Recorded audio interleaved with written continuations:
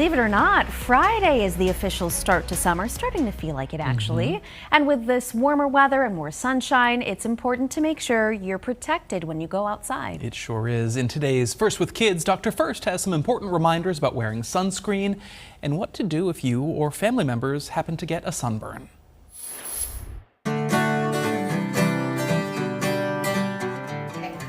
With summer upon us, parents are hot to ask me about sun protection for their children.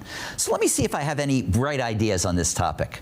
Well, first, it's important to remember that there is no such thing as a healthy suntan. One blistering sunburn in a child's sensitive skin will double their risk of getting skin cancer as an adult, and even getting a suntan that doesn't burn will increase your risk of skin cancer if appropriate sun protection is not used. The good news is that the use of sunscreens can reduce the skin damage and the risk of skin cancer by 80%. Infants under 6 months should never be in the sun due to their thin, sensitive skin and should be shielded from the sun's ultraviolet light using a sunshade on strollers or an umbrella on the beach.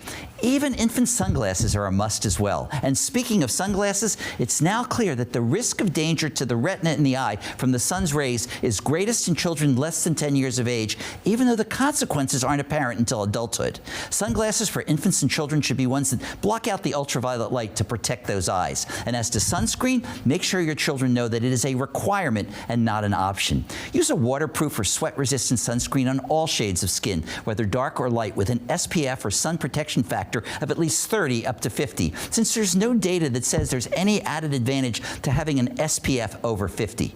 Apply that sunscreen generously to your child, meaning apply it every 1.5 to 2 hours, starting 30 minutes before going out into the sun, and reapply every 1.5 to 2 hours, and more frequently than that after swimming or sweating a lot. Sunscreens have recently even been approved for infants for their exposed faces and the backs of hands, assuming they're otherwise clothed and in the shade. But I still say infants shouldn't be out in the sun rather than be exposed to it, even with sunscreen on.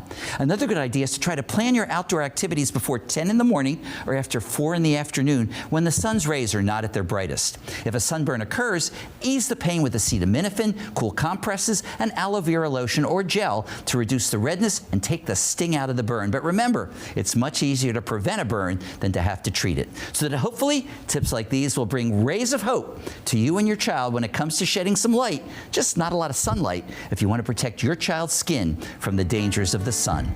This is pediatrician Dr. Louis First from the University of Vermont Children's Hospital, reminding you to always be first with your kids.